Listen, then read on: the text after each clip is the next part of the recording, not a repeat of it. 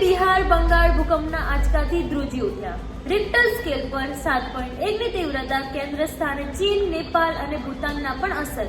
મંગળવારે સવારે 6.35 વાગ્યે દિલ્હી, એનસીઆર, બિહાર અને પશ્ચિમ બંગાળમાં ભૂકંપના તીવ્ર આંચકા અનુભવાયા હતા। નેશનલ સેન્ટર ફોર સિસ્મોલોજી અનુસાર રિક્ટર સ્કેલ પર તેની તીવ્રતા 7.1 હતી। આ ભૂકંપનું કેન્દ્ર ચીનના સિકંજા જમીનથી 10 કિલોમીટર નીચે હતું। ભૂકંપની અસર ભારતના નેપાળ, ભૂતાન, સિક્કિમ, ઉત્તરાખંડમાં પણ જોવા મળી હતી। હાલમાં ભારતમાં ભૂકંપના કારણે કોઈ નુકસાન અહેવાલ નથી।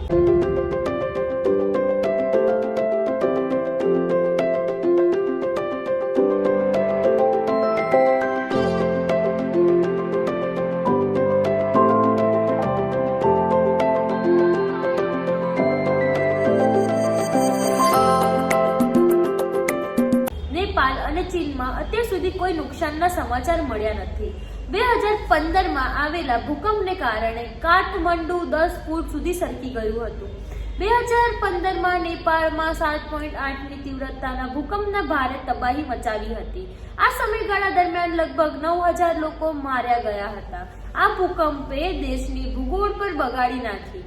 કેમ્બ્રિજ યુનિવર્સિટીના ટેક્ટોનિક નિષ્ણાત જેમ્સ જેક્સે કહ્યું કે ભૂકંપ પછી કાઠમાંડુ નીચેની જમીન 3 મીટર એટલે કે લગભગ 10 ફૂટ દક્ષિણ તરફ ખસી ગઈ।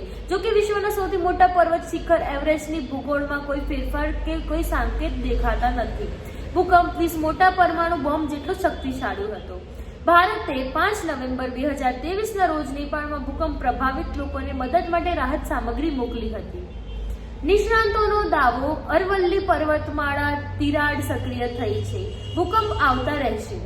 ભૂગોળના નિષ્ણાંત ડોક્ટર રાજેન્દ્રસિંહ રાઠોડના જણાવ્યા અનુસાર અરવલ્લી પર્વતમાળાની પૂર્વમાં ફોલ્ટ લાઇન ફાટ છે। આ ફોલ્ટ લાઇન રાજસ્થાનના પૂર્વ કિનારાથી પસાર થઈને ધર્મશાળા પહોંચે છે, જેમાં રાજસ્થાનના જયપુર, અજમેર, ભરતપુર વિસ્તારોનો સમાવેશ થાય છે। નિષ્ણાંતોનું કહેવું છે કે અરવલ્લીના પહાડોમાં તિરાડોની હલનચલન શરૂ થઈ ગઈ છે। હવે આવા ભૂકંપોના આંચકા જયપુર અને આસપાસના અન્ય વિસ્તારોમાં પણ આવતા રહેશે। જયપુર ઝોન 2 અને પશ્ચિમ રાજસ્થાન ઝોન 3માં આવેલા છે। આમાં સામાન્ય ભૂકંપના આંચકા આવે છે।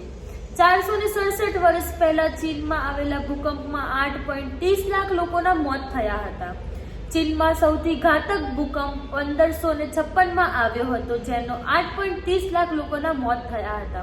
તીવ્રતાની દ્રષ્ટિએ અત્યાર સુધીનો સૌથી ખતરનાક ભૂકંપ 22 મે 1960ના રોજ ચીલીમાં આવ્યો હતો।